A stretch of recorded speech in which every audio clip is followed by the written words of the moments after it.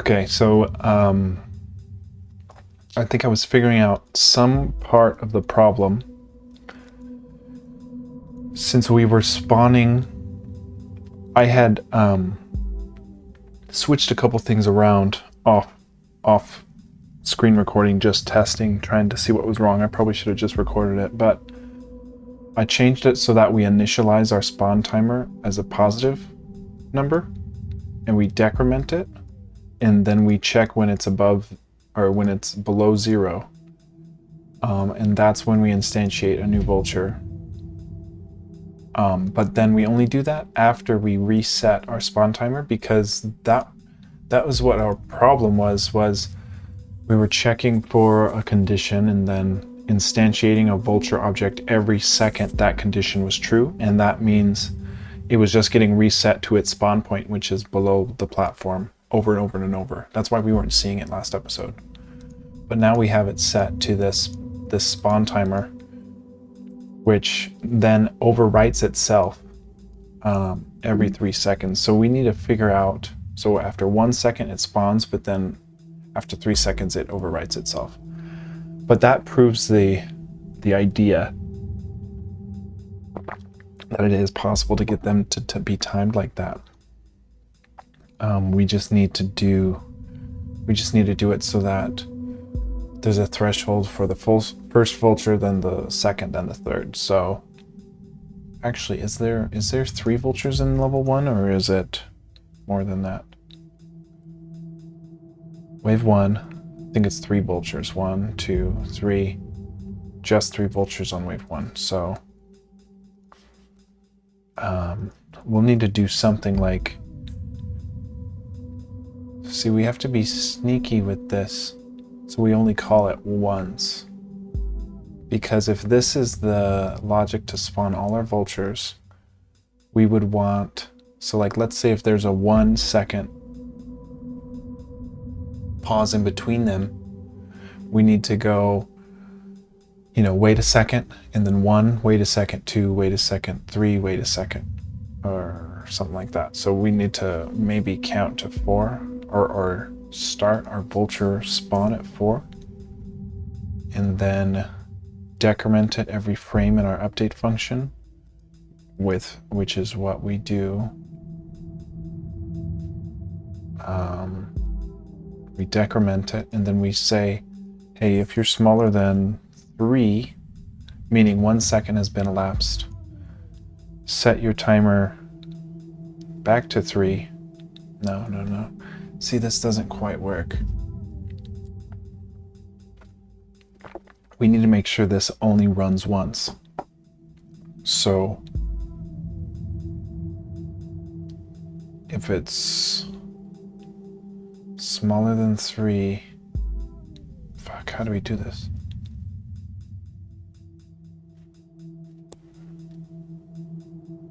Set it to 3. But 3 is not smaller to 3, smaller is equal to 3, but then as we decrement it, it'll become, yeah, how do we get around this? By the way, guys, I got some Pop-Tarts. I just opened up the bag. I don't know if you guys can see, but we got 3. We got a jackpot. 3 toaster treats, toaster pastries in one bag.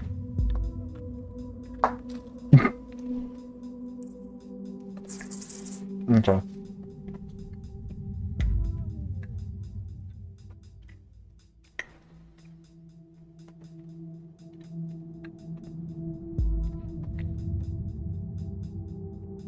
I'm working. Am I what? I'm working. Okay, thanks.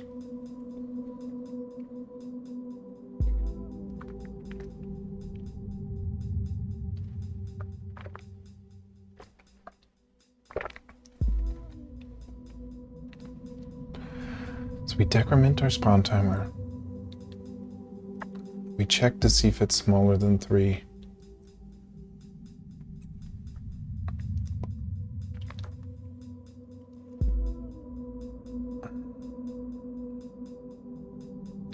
See, I don't really like this. I feel like we need to...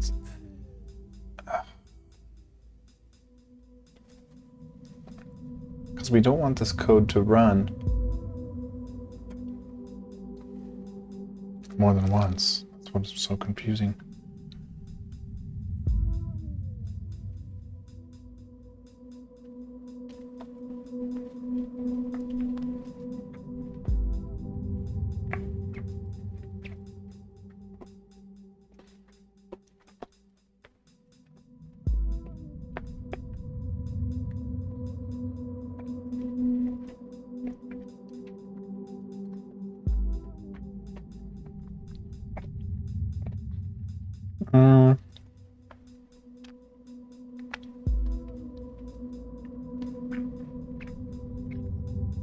Okay, I feel like we need to build this out backwards.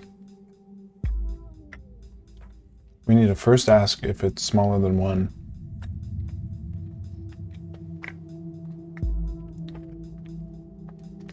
We still have the problem of decrementing it.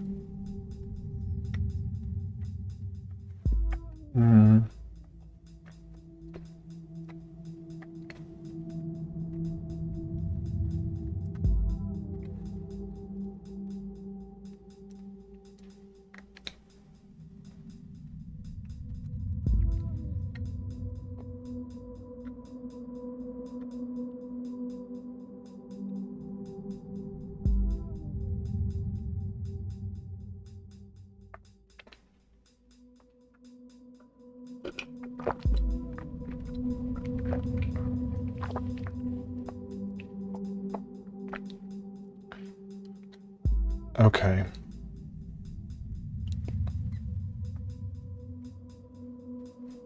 What do we start our spawn timer at for? So this is the first second. If it's smaller than 3, we're going to do something which is instantiate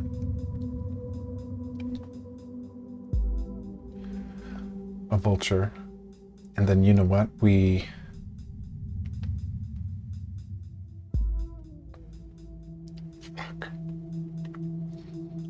This if loop is screwing us up because we only want it to happen once.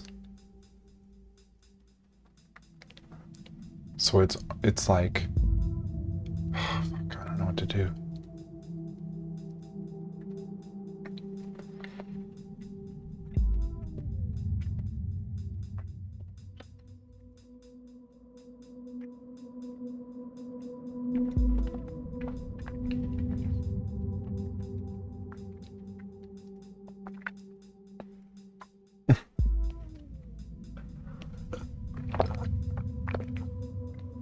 Because it's like once we instantiate this vulture here, we need to do something to make this if statement false so that we only do it once. So if we're doing this by the spawn timer, we're counting down from 4. It sees that it's smaller than 3, which is 1 second has passed. But then we're still going to be decrementing, and then it's still going to be less than 3, meaning we're going to get more vultures instantiated, which are just going to overwrite our current vulture. We'll never see them. So it's almost like maybe we instantiate all of our vultures ahead of time for wave 1. But the thing that activates the vulture is actually our spawning boolean. No, we already went over this, because if it's not spawning, it's just the logic for everything else. Fuck, man.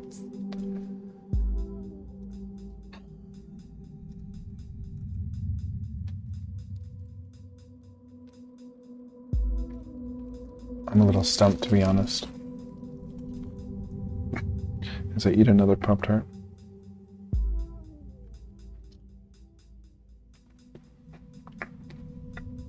Okay. We don't do it pretty.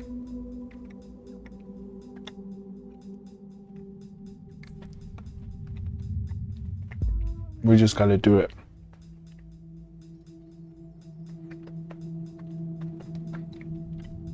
So we can have a threshold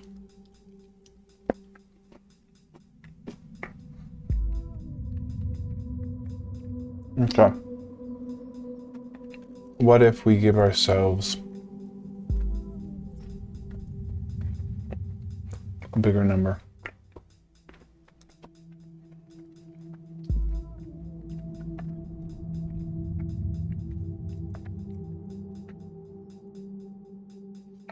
I don't know what this number needs to be yet, so I'm just going to put 10. You can change it if it bugs me. It's probably going to bug me, but my idea is we start at 10, decrement. We say if we're smaller than 9, then set your spawn timer to 8. 8 will then continue to decrement. Then if the spawn timer, see, we're already fucked up. Because 8 is less than 9, therefore we're going to be stuck in our loop still. So we have to say, we have to give this function or this condition one more.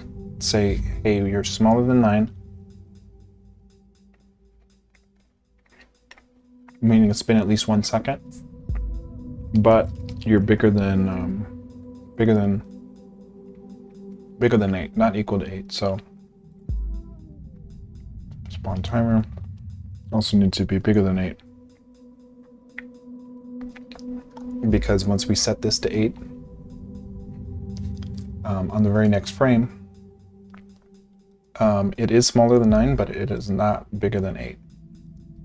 It is actually equal to 8. So that, on the very next frame, that'll have the effect of only giving us 1 vulture, and then continuing to decrement, and having that not affect this more than once. So let's see if we decrement and only spawn 1 thing. Work.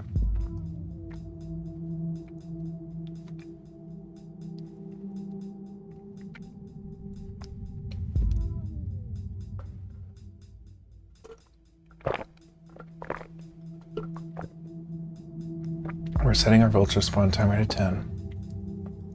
We're decrementing it. If it's smaller than 9 and bigger than 8,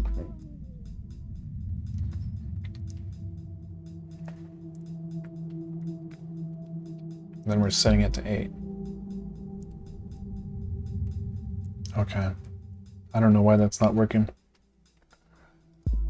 Are we setting our... What? I swear to God I didn't change any of the code and it just worked, right? Anyways. So one thing about this design is it's going to keep that vulture spawn timer all the way. Keep decrementing it. And I only want to do that if self vulture spawn timer is smaller than 0. Actually, if it's greater than 0, I want to do this, which is increment or decrement rather. But then otherwise, just stop. And then this will be the first vulture, but we also need the other vultures, which need to be random. So randomness is the next thing we need to worry about. So we probably need to determine the math.random upon the spawning time so that we get different values for the random x's and y's. So if we look at the ostrich,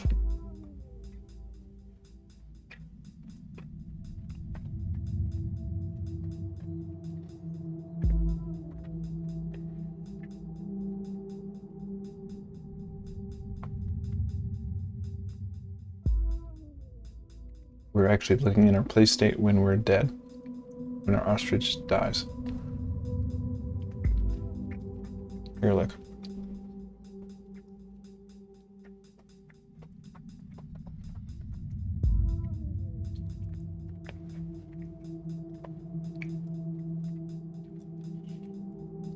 Okay.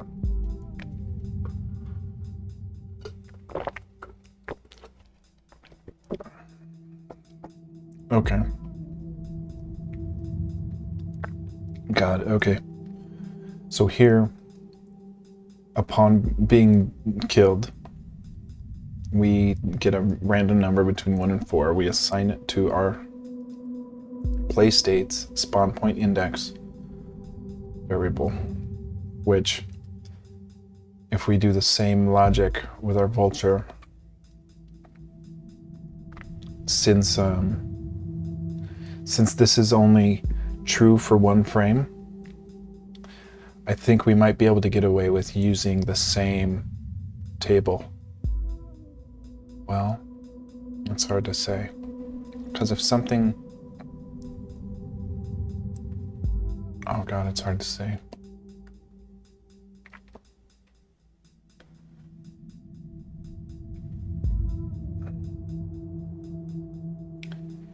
I think I don't want to collide our vulture spawn point index and our ostrich spawn point index. Even though it might work with overriding it, I don't want to take the chance. So we're going to have to make another field called vulture spawn point index, I think. Oh, look it. I already do have this. And I've given it a random. So this isn't exactly how we want to do it. We want to change this depending on the collision. So first of all, starts at 0, I guess. And we only assign it here. Upon the first one, we say, hey, our self.vulture spawn point index. Vulture spawn point index gets a random number between 1 and 3. No, 1 and 4, yeah. The 4 is for the 4 random platforms that we have.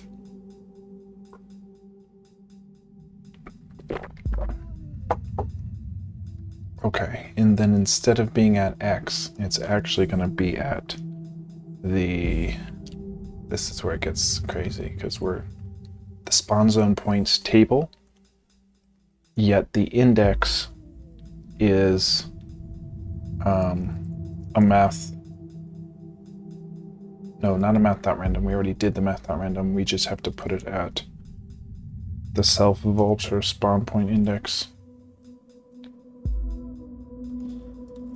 Vulture spawn point index dot X. And then the same thing except dot Y. This should give us, each time we die, no, each time the first vulture spawns, each time the first vulture spawns, it should be in a different platform, different spawn platform now. Because we're seeding by OS time, so it should be different between running of the game. But then when it's smaller than 9, after decrementing from 10, and bigger than 8, we're going to say, give us that random index 1 through 4. And then, okay, let's see. We're not decrementing our 10. If our spawn timer is greater than 0, do that, otherwise do nothing. So it should stop decrementing us once we hit 0 and spawn 1 vulture at a random port. I'm looking for the 0 to stop decrementing. Okay, so it stopped at 0, which is what I wanted. I guess I should have set it to 0 upon.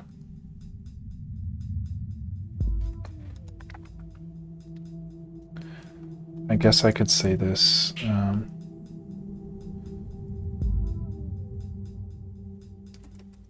We're going to set our vulture spawn timer gets 0, and then 0 is not greater than 0, so it will stop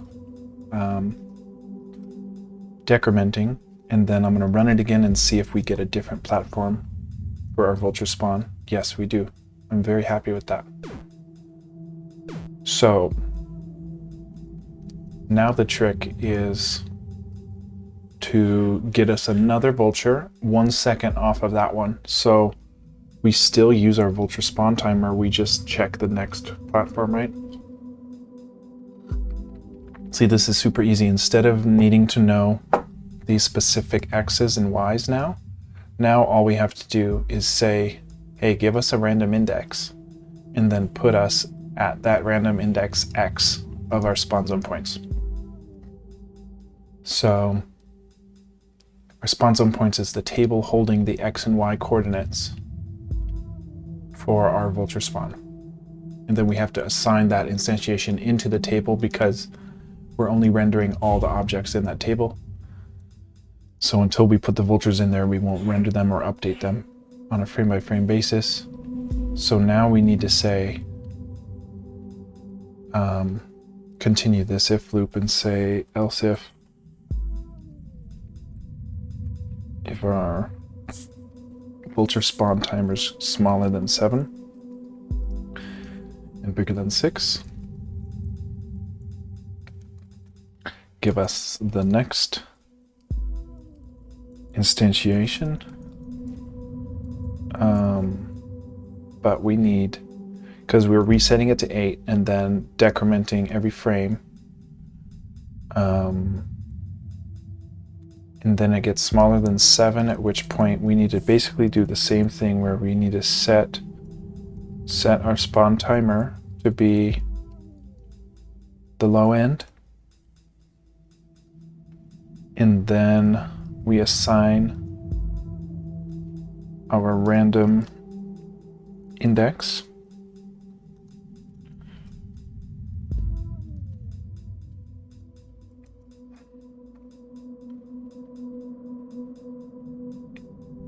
We assign our random index. We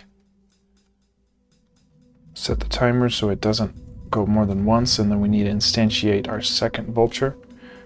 And I'm going to use most of this code, but not all of it.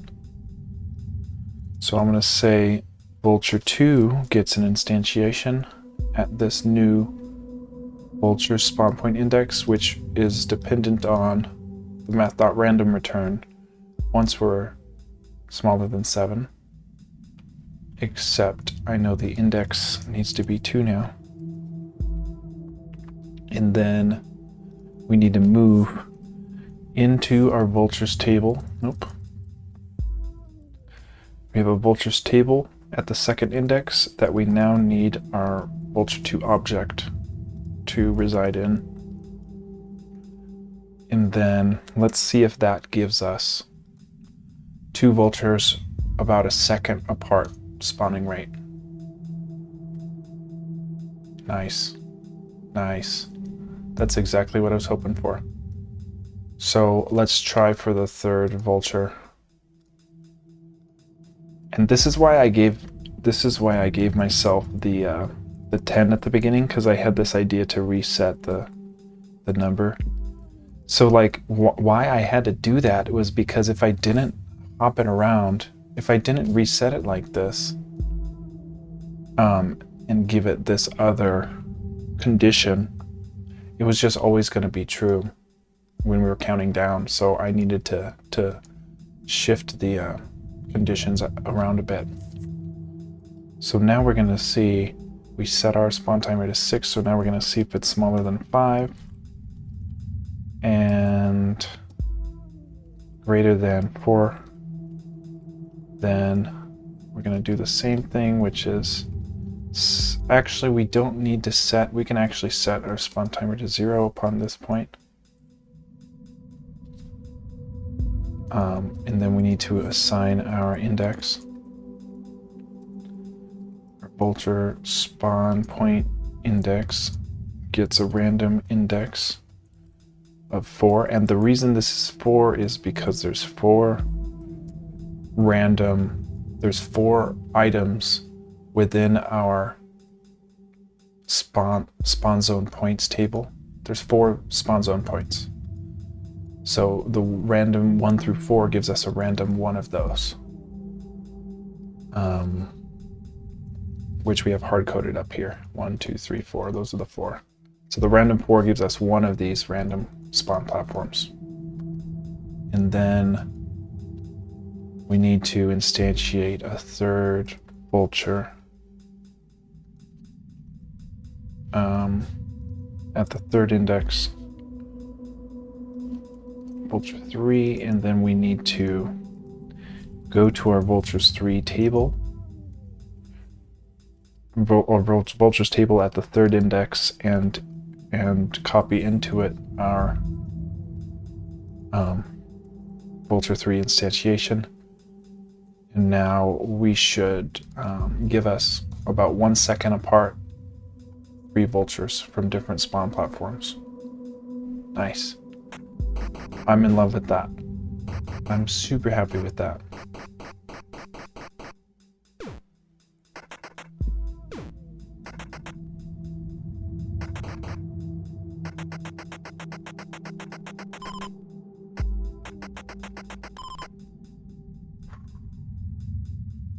Okay.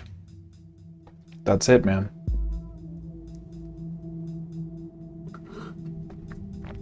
See, so I don't like that this isn't so scalable, or like I have to choose these numbers. Like, since I ended at 5 and 4, I could have started what at 5,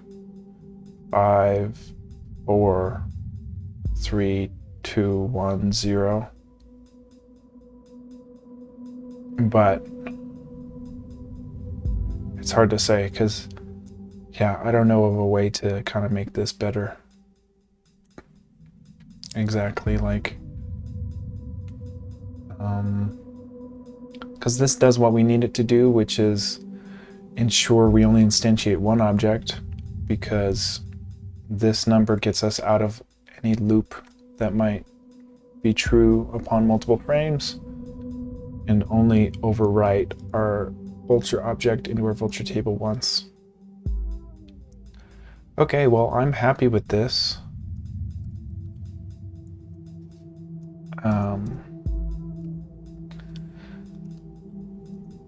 You know, if we could have figured this out yesterday, it would have been really stoked. But and see, look how it spawned twice in the same one, which I think is fine. I think the game originally does that. I guess it's just a little like luck of the draw if they spawn right in front of you, you know, twice, right when you start the game, but it's feeling really good to me. See, one thing like that, I don't like that eggs can be off screen so much. Like, I feel like I might need to do some egg trickery that says, hey, if the egg's X is smaller than the left side of the screen, and then it would just disappear if I move it. So yeah, I gotta do something different about the egg. It shouldn't be possible for the egg to go all the way off screen. So the egg, yeah, and you know what? I think the problem is the way our logic for scrolling goes is if our item is, yeah, how do we do that for eggs? How do we loop the eggs around screen? We don't really have a way of doing that yet. If we, yeah, we don't, I don't think we've got an option, or not an option.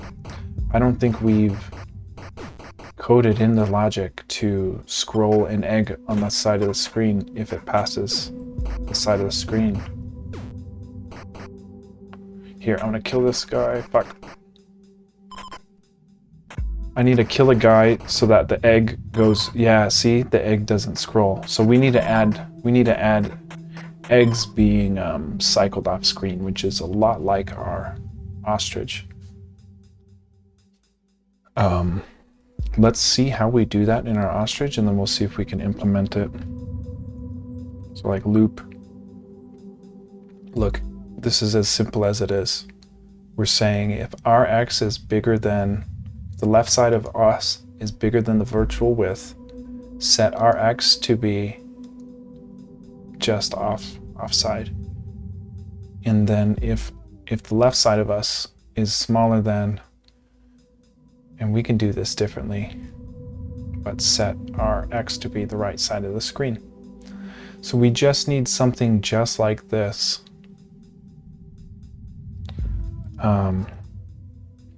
In our update loop for our egg, so that when we update it, you know, that it can go from side to side. So loops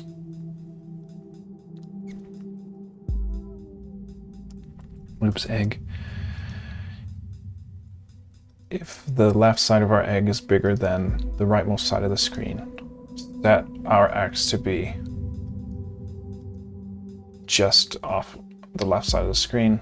If our X is smaller than the left side of our screen shifted by us, meaning we're fully off screen, set our X to be just off screen to the right.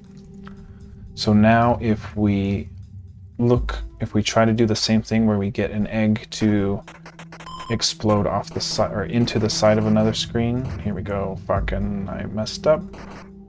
I was given 2 opportunities that I wasted. Here. I just need one of them to come right here, off screen. Then I need to kill it. And I suck. Do it again. Okay.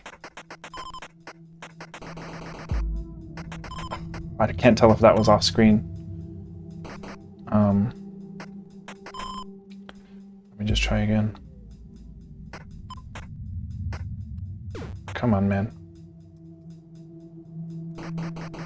This is what's hard about troubleshooting or debugging. Oh, come on, dude.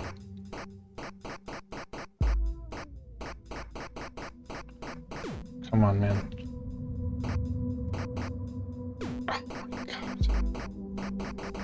You're killing me, dude. It's too hard for me to tell if I did it.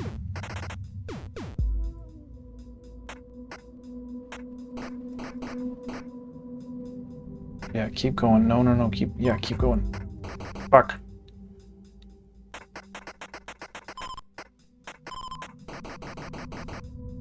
There. Okay, we saw the egg loop. Okay, I think we're good on the egg looping bit.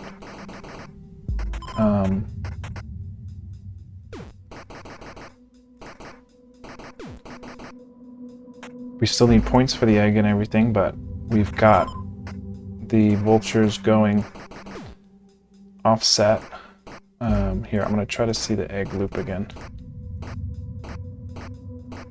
Oh, bastard. Okay. This is better, though. We get to see the egg loop on this side. No. No, we don't. Bastard.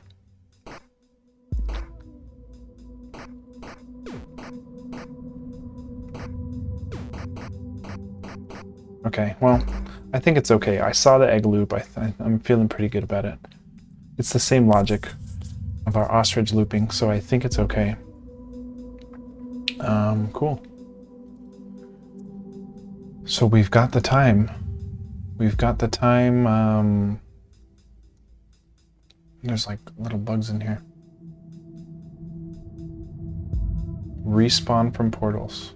Do we respawn from portals just yet? When we die, we spawn at a random portal. Let's double check that. That when we die, we spawn at a random portal.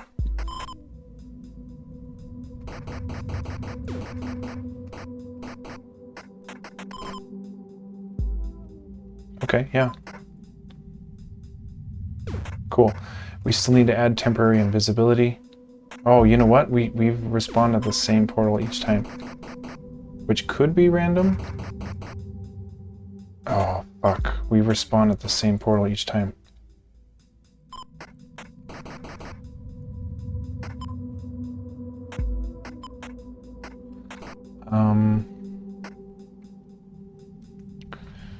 Let's see, we get... Yeah. We get a math.random. And it would only happen if we die. So it gets assigned upon death. Maybe it was truly randomly same portal 3 times in a row, which is possible.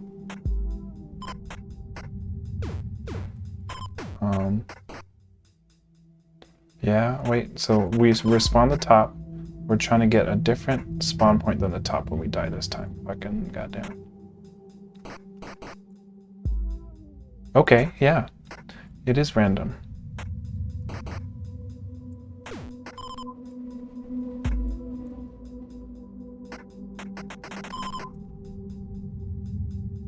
Okay, yeah. We still need the temporary invincibility, but...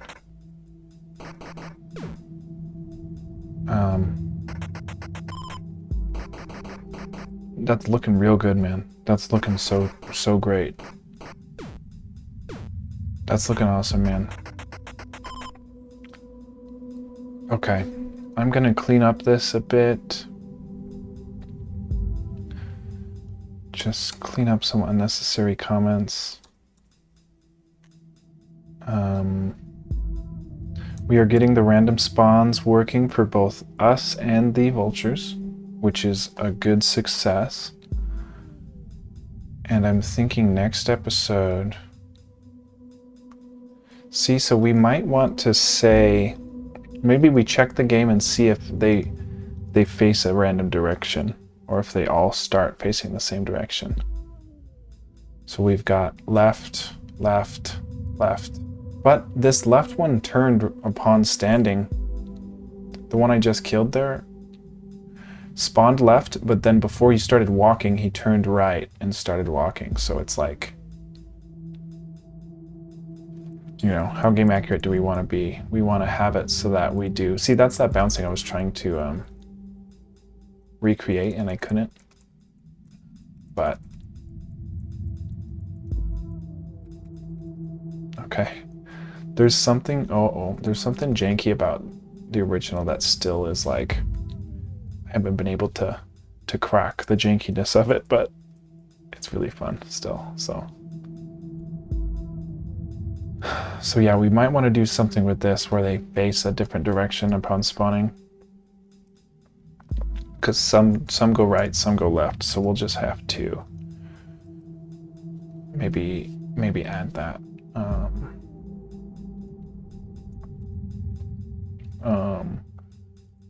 Randomize direction of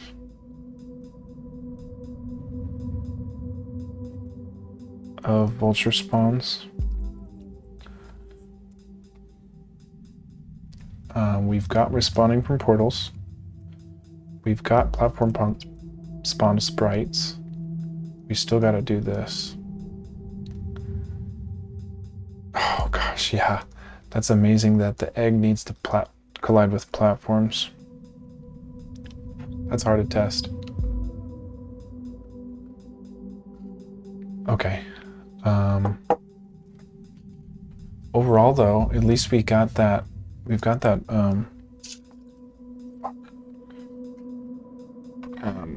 We've got that functionality fixed. I was hoping we could have fixed that yesterday, but it took me a little while to wrap my head around the problem. This is all about learning and doing stuff for the first time, so I'm okay with that. Okay. Well, I think we're good.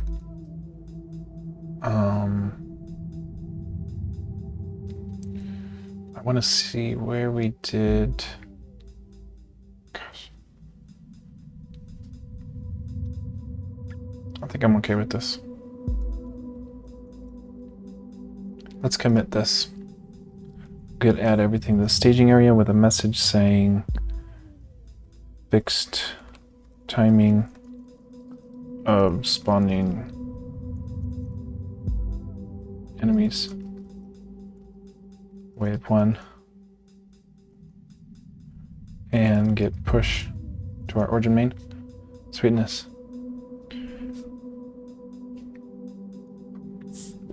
And if you look, this is one of the things that helps me stay motivated, is the get commit color wheel here.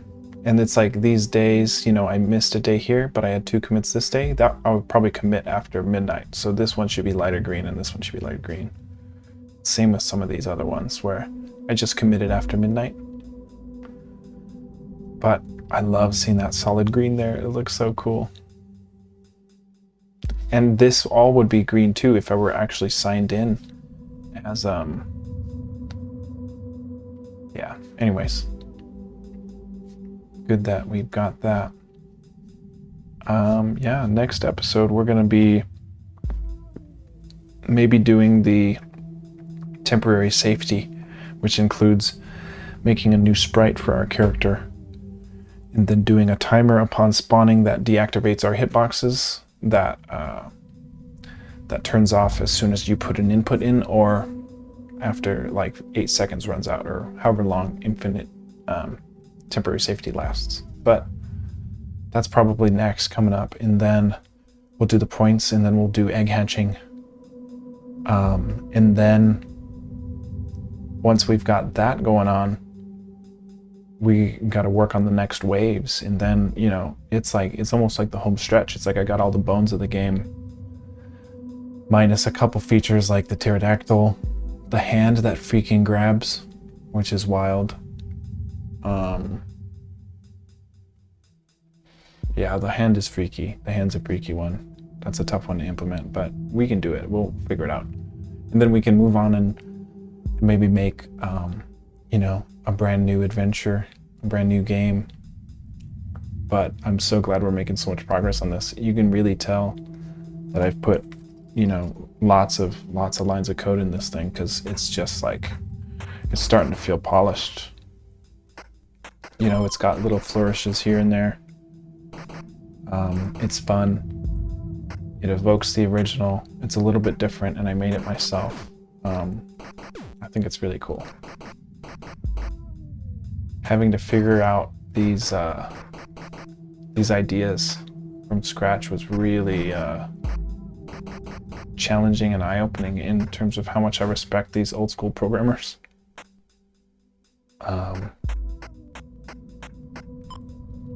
It's gonna start to come together here once we have points, and then once we have tier systems for the ostriches. We'll get egg hatching going on. It's gonna be good. So yeah, catch ya.